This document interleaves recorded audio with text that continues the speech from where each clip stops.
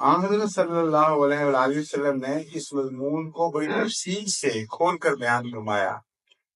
کہ جب بھی مسیح نے یا مہدی نے آنا ہے اس سے پہلے امت محمدیہ پر کیا حالات گزر رہے ہیں۔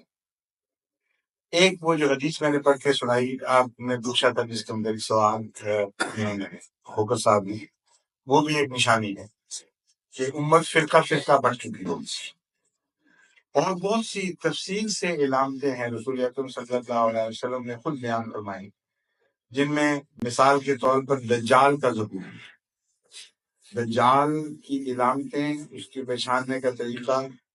اس کی سواری کی نشانیاں، اس زمانے میں کیا کیا ایجادات ہو رہی ہوں گی، انسان کتنے ترقی کر چکا ہوگا، اس کے تمدنی حالات کیا ہوں گے، عورتیں کیا کر رہی ہوں گی، مردوں سے برابری کی کوشش ہو رہی ہوگی، ان کے فیشن کیا ہوں گے، اور معاشی اور تمدنی حالات کیا ہو چکے ہوں گے۔ نہایت تفصیل سے زمانے کے ہر پہلو کا نقشہ حضرت صلی اللہ علیہ وسلم نے خود کھینچا ہوا ہے، اور جہاں تک امت محمدیہ کی دینی حالت کا تعلق ہے وہ نقشہ بھی کھینچا ہوا ہے۔ اس لیے ایک آدمی اگر سچی جستجو رکھتا ہے اس کو چاہیے کہ وہ